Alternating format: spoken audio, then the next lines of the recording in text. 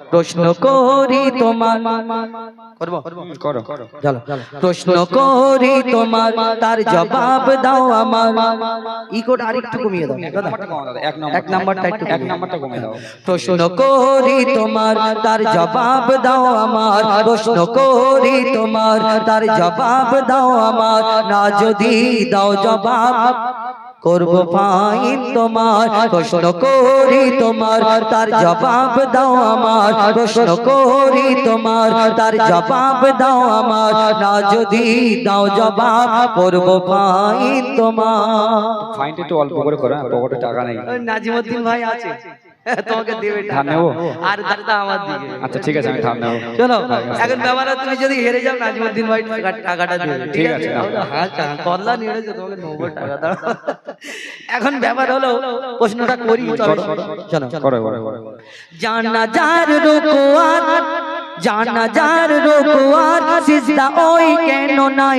নামাজ পড়ো তো? হ্যাঁ পড়ি। ইমাম সাহেব নামাজ পড়ায় রুকু করে সিজদা করে, কিন্তু জানাজার নামাজ যখন পড়ানো হয় ইমাম সাহেব আল্লাহু আকবার বলে নিয়ত করে তারপরে ওই দোয়া দরুদ যা পড়ার পরে সালাম ফিরে নেয়, রুকু সিজদা করে না।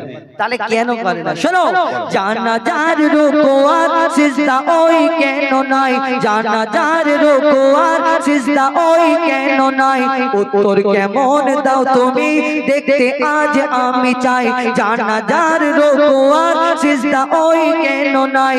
উত্তর কেমন দাও তুমি দেখতে আজ আমি চাই।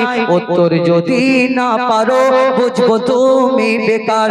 উত্তর যদি না পারো বুঝবো তুমি বেকার। না যদি দাও জবাব করব ফাইন তোমার। আচ্ছা তুমি প্রশ্ন করলে যে নারে তাকবীর। আচ্ছা দেখা যাবে, তোমার প্রশ্ন উত্তর দেই।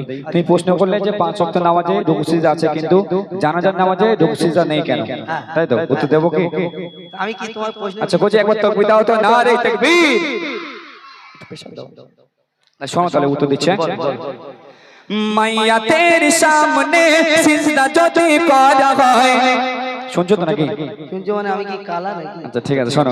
মাইয়াতের সামনে সিজদা যদি করা হয়, সেই মাইয়াতের সাথে খোদার শিরক হয়ে যায়। মাইয়াতের সামনে সিজদা যদি করা হয়, সেই মাইয়াতের সাথে খোদার শিরক হয়ে যায়। রুকু ও সিজদার আল্লাহ শুধু হকদার।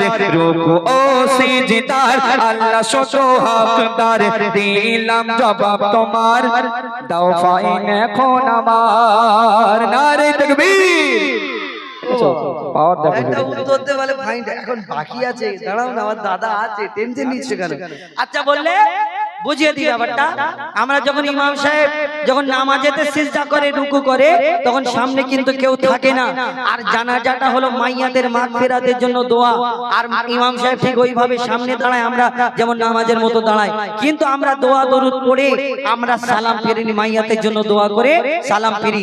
কিন্তু জানাজার নামাজটা কি ওই মাইয়াতকে উদ্দেশ্য করে ওই ইমাম সাহেবের সামনে একটা খাটিয়া থাকে, তার উপরে একটা মাইয়াতকে রাখা থাকে, তাহলে তাকে উদ্দেশ্য করে আমরা দাঁড়াই। যদি ওইখানে রুকু সিজদা করা হতো, ওই মাইয়াতকে রুকু সিজদা করা হতো, আর আল্লাহ ছাড়া কাউকে সিজদা করা চলবে না। শিরক আর শিরকের গুনাহ মাফ নেই। ভালো উত্তর দিয়েছো। আরেকটা প্রশ্ন করব। একটা কেন তুমি 10টা করো না? দম্বা, ছাগল, উট, গরু, ভেড়া এগুলো খাও? হ্যাঁ খাই, এই সময় খুব খেয়েছি। হ্যাঁ আর শুয়োর? ওর তো মানে হারাম খায়। আচ্ছা বলো দাদা, যদি তুমি একটা কথা বলো, দুম্বা, ছাগল, উট, গরু, ভেড়া 4টে পা, 2টো কান, 2টো চোখ, মুখ, আর শুয়োরও 4টে পা, 2টো চোখ, 2টো মুখ, সব 2টো কান, সব একই। শুয়োরের গোশ আবার 1.5 ইঞ্চি মোটা চর্বি, দোকানে বিক্রি হয় দেখি ভাই। আচ্ছা ওইটা যদি ওইগুলো হালাল হয়, এটা কেন হারাম? শোনো বলো। দুম্বা, ছাগল, উট, গরু ধর্মে হালাল জানি। দুম্বা, ছাগল, উট, গরু ধর্মে হালাল জানি। শুকর কেন হয় হারাম তার জবাব দাও তুমি। দুম্বা, ছাগল, উট, গরু ধর্মে হালাল জানি। শুকর কেন হয় হারাম তার জবাব দাও তুমি। সময় দিলাম 2 মিনিট, তার বেশি আর তো নয়। সময় দিলাম 2 মিনিট, তার বেশি আর তো নয়। না যদি দাও জবাব করব ফাইন তোমার। আচ্ছা 2 মিনিটের জায়গায় যদি 5 মিনিট করলে ভালো হতো না? না জলদি বলো, সময় বেশি নেই। আচ্ছা তুমি প্রশ্ন করলে যে দুম্বা ছাগল উট গরু হালাল কিন্তু শুকর কেন হারাম, তাই তো? শোনো তাহলে মন দিয়ে শুনবে। বলো। শুকর হলো প্রাণঘাতী সব রোগের ভান্ডার, শুকর হলো প্রাণঘাতী সব রোগের ভান্ডার, শুকরের গোশতে তৈরি হয় ক্যান্সার। শুকর হলো প্রাণঘাতী সব রোগের ভান্ডার, শুকরের গোশতে তৈরি হয় ক্যান্সার। চরিত্রহীন এই পশু এর জোড়া নাই গো আর, চরিত্রহীন এই পশু এর জোড়া নাই গো আর। দিলাম জবাব তোমার, দাও ফাইন এখন আমার। নারে তাকবীর। কি জ্বালা বলো, দিয়ে দিলাম জবাব। নাজিমউদ্দিন ভাই যা প্রশ্ন করছি সব উত্তর দিয়ে দিচ্ছে, কি হবে বলো? আরে দুটো প্রশ্নের উত্তর টাকা পাবো। আর একটা কথা বলি, এই আমার দোয়ারে নবী বলেছে এই শুয়োরের গোশেতে ক্যান্সারের সম্ভাবনা, শুয়োরের গোশ আমার দোয়ারে নবী বলেছেন হারাম, আমরা হারাম মেনে নিয়েছি। মদ খাওয়া চলতো, কিন্তু আমার দোয়ারে নবী যেদিন থেকে বলেছে মদ খাওয়া হারাম, আমরা নবীকে মহব্বত করি, তাই সেই দিন থেকে আমরা মদকে হারাম করে দিয়েছি এই দুনিয়ায়। তাহলে এই শুকরের গোশে ওই ক্যান্সারের সম্ভাবনা রয়েছে 120%, তাই আমরা এটাকে মুসলমানদের জন্য যেটা খেলে উম্মতে মুহাম্মাদির জন্য ক্ষতিকর, সেটা আমার দয়ার নবী হারাম বলে গিয়েছে, তাই আমরা খাই না। যাই হোক ভালো উত্তর দিয়েছে আমার ছাত্র, কিন্তু শেষ হয়ে গেল। শেষ নেই, এবার শুরু হবে খেলা। কেন? তো আমি তোমাকে প্রশ্ন করব দুটো। তুমি আমাকে আমি তোমাকে করব। করব? ঠিক আছে, শোনো। জব করে দে, সময় নেই। মরা মাস ইসলামে খাওয়া যে নয় হারাম। মরা মাছ ইসলামে খাওয়া হারাম, ওই জন্য বলছি দাদা, শুনছো তো? এই জন্য বলছিলাম, মন দিয়ে শোনো। মরা মাস ইসলামে খাওয়া যে নয় হারাম।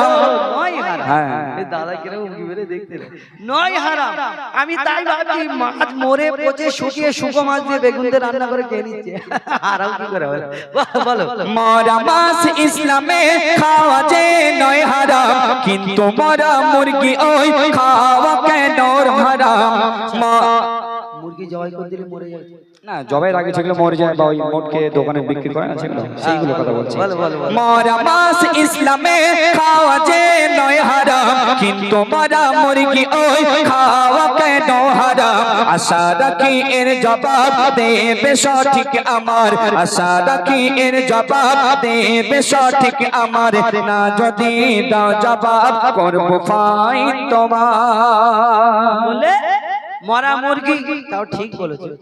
দেখবে আমরা টুপিওয়ালা দাড়িওয়ালা কোন হোটেলে যদি যাই, ওয়েটার এসে এরকম করে দেখায় যে এরা হালাল করা, জানে এরা মাল মটকানো খাবে না, কিল মেরে বিদেল খাবে না। কেন খাবে না? মুসলমান কেন খায় না? শুনে রাখো, এই যে জবাই করা হয় ইসলামিক পদ্ধতিতে আমরা জবাই করি, আমার দয়ার নবী যা বলে গেছে এখন 1400 বছর আগে, এখন বিজ্ঞান সেইগুলো বলছে এটাই সঠিক। এই মুরগি জবাই করার আগের ভিতরে যে রক্তটা চলাচল করে, জবাই করার আগে মরে গেলে সঙ্গে সঙ্গে ওই মুরগি যে মাংসটা শুকনো মাংস থাকে। তো আমি উত্তরটা দিই, শোনো ভালো করে। শোনো ভাই, মুরগি ওই যখনই মারা যায়, ওর যত রক্ত সব গোশত ওই শুষে নেয়। ভালো করে উত্তর শুনবে, বলবে না যে আমি বুঝতে পারি। ঠিক আছে, বলো। শোনো ভাই, মুরগি ওই যখনই মারা যায়, ওর যত রক্ত সব গোশত ওই শুষে নেয়। রক্তে থাকে জীবাণু, গোশত দূষিত হয়, যদি জবাই করা হয় রক্ত সব বেরিয়ে যায়। রক্ত পান হয় হারাম, এই যে হুকুম খোদার, রক্ত পান হয় হারাম, এই যে হুকুম খোদার। দিলাম জবাব তোমায়, কি করবে বলো এখন আমায়? নারে তাকবীর। আচ্ছা দিয়েছো উত্তর, পুরোপুরি বুঝতে পারলাম না ব্যাপারটা, একটু খুলে বললে তো ভালো। আমি জানি তুমি মাথা মোটা, হেড়ে মাথা, এক ক্লাসে 3 বার ছিলাম না, সেই কারণে। এত বড় মাথা তোমার। এখন ব্যাপার হলো, মুরগি জবাই করে কেন আমরা খাই?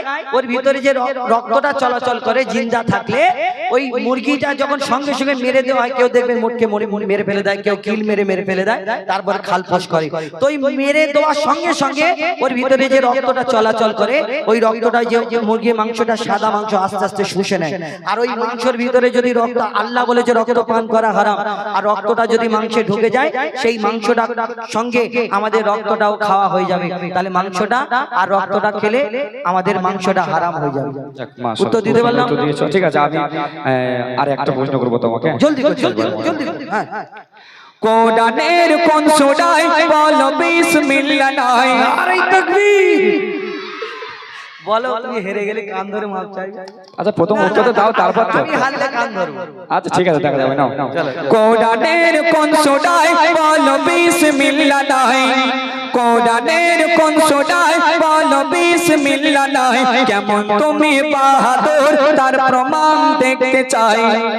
আমার নাম কি লিখেছে? এমডি বাহাদুর। না, বাহাদুর মানে একটা মহান ব্যক্তি আর কি, সেই এমডি হুজাইফা লিখেছে। বলো, কোরআনের কোন সূরায় বলো বিসমিল্লাহ নাই? কেমন তুমি ওস্তাদ তার প্রমাণ দেখতে চাই। মনে হয় এর জবাব নাই গো কাছে তোমার, মনে হয় এর জবাব নাই গো কাছে তোমার। না যদি দাও জবাব শেষবারের মতো করবো ফাইন তোমার।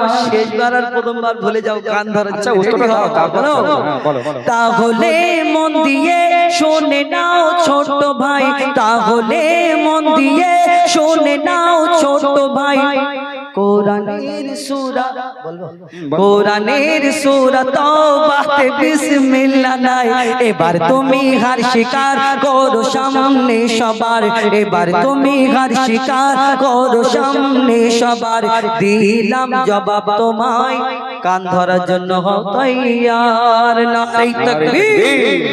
শোনো, আর ঝগড়া করে লাভ নেই, কেন অনেক শিল্পী আছে, ঠিক আছে? হ্যাঁ, শিল্পীকে দেবো, এটা আমাদের নিজেদের লোক। তুমি কান ধরো না, কিছু গান ধরতে হবে। কানটা ধরে না না, ওইসব জানি না। কান ধরো, আচ্ছা, ঠিক আছে, আমার ভুল হয়ে গেছে। ভালো করে ধরো। এই তো আমার ভুল হয়ে গেছে, আর জীবনে প্রশ্ন লাগবে করবো না। না তোমাকে। এখন পরবর্তী শিল্পী আমাদের ইশিকা সুলতানার। আমি অনেকক্ষণ সময় নিয়ে নিলাম আমার